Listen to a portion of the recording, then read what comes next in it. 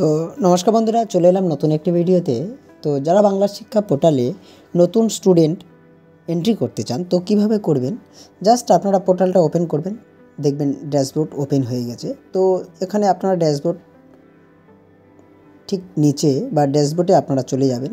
যাওয়ার পর ঠিক স্টুডেন্ট এন্ট্রি বলে যে অপশানটা দেখতে পাচ্ছেন ওর নিচে স্টুডেন্ট এন্ট্রি অপশানে আপনারা ক্লিক করবেন। তো স্টুডেন্ট এন্ট্রিতে যখন আপনারা যাবেন, স্টুডেন্টের সমস্ত ডিটেলস বা সমস্ত তথ্য এখানে দেখতে পাবেন। একদম ফার্স্ট যে অপশানটা আছে সেটা আছে স্টুডেন্ট এন্ট্রি। তো স্টুডেন্ট এন্ট্রিতে আপনারা চলে যাবেন। হাতের ধারে রাখবেন শুধু স্টুডেন্টের জন্ম সার্টিফিকেট, আধার কার্ড, 1 কপি ফটো। তো এটা নিয়ে আপনি অনলাইন করতে বসলেন। এবারে আপনি অনলাইন শুরু করুন। যখন স্টুডেন্ট এন্ট্রিতে আপনি ক্লিক করবেন, অলরেডি কিন্তু আপনাদের একটা ফর্ম চলে আসবে। তো এই ফর্মটাতে আপনি স্টুডেন্টের সমস্ত যাবতীয় স্টেপ ওয়াইজ ফিল আপ করবেন।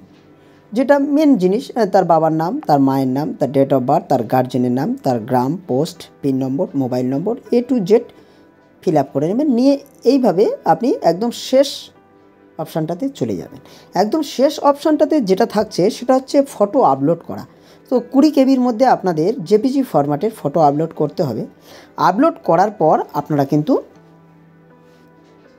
এর আইডি অলরেডি ক্রিয়েট হয়ে যাবে, স্টুডেন্টের আইডিটা ক্রিয়েট হয়ে যাবে। এবারে স্টুডেন্টের আইডিটা যদি না ক্রিয়েট হয়, সেটা কি প্রবলেম অবশ্যই আমার কমেন্ট সেকশানে কমেন্ট করবেন।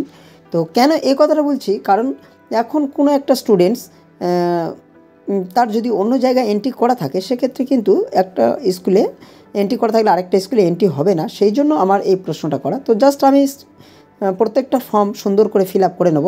আপনি স্টুডেন্টের সমস্ত যাবতীয় দিয়ে কোনো ভুল তথ্য না দিয়ে সঠিকটা এখানে ফিল আপ করবেন এবং ঠান্ডা মাথাতে আপনি ফিল আপ করে সমস্তটা এগিয়ে গিয়ে একদম শেষ স্টেপে পৌঁছাবেন। আর সবার থেকে গুরুত্বপূর্ণ বিষয়, এই তো সরকারি যে পোর্টালগুলো, বাংলা শিক্ষা পোর্টালে আপনারা কিন্তু হাবিজাবি আপনি অনেক কিছুই পাবেন। যেগুলো আপনি বুঝতে পারবেন না বা যেগুলো আপনার সমস্যা হবে, অবশ্যই কমেন্ট সেকশানে কমেন্ট করবেন। বেশিরভাগ ক্ষেত্রে আপনি নো করে চলে যাবেন। এখানে যে স্টুডেন্টের একটা ফেসিলিটি দেওয়া হয় সরকার থেকে, সেটা আপনি স্কিপ করে চলে যাবেন বা নো করে চলে যাবেন। যাওয়ার পরে আপনার যেগুলো বেসিক যেগুলো জানা থাকবে সেগুলো আপনি কিন্তু ফিল আপ করেন। সাধারণত ভুল করবেন না।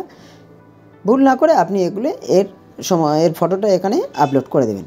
তো একদম লাস্ট স্টেজ এসে গেছে। এখানে ফটোটা আপলোড করে দিয়ে আপনি, আমার একটু কেবিটা বড় ছিল তাই আমি এটাকে কেবিটাকে ছোট করে নিয়ে সেটাকে আমি 20 কেবির মধ্যে করে মেনটেনেন্স করে সেটাকে আমি আপলোড করব।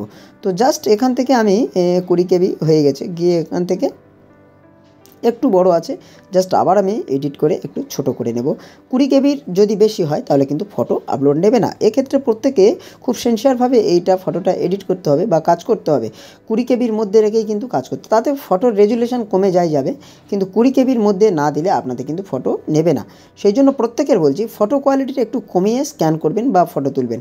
তো এইভাবে আপনারা এখান থেকে দেওয়ার পর আপনারা সাবমিট মারার সঙ্গে সঙ্গে এখানে আপনার দেখিয়ে দেবে যে কোন স্কুলে অ্যাডমিশন হয়ে আছে এবং কোড কত।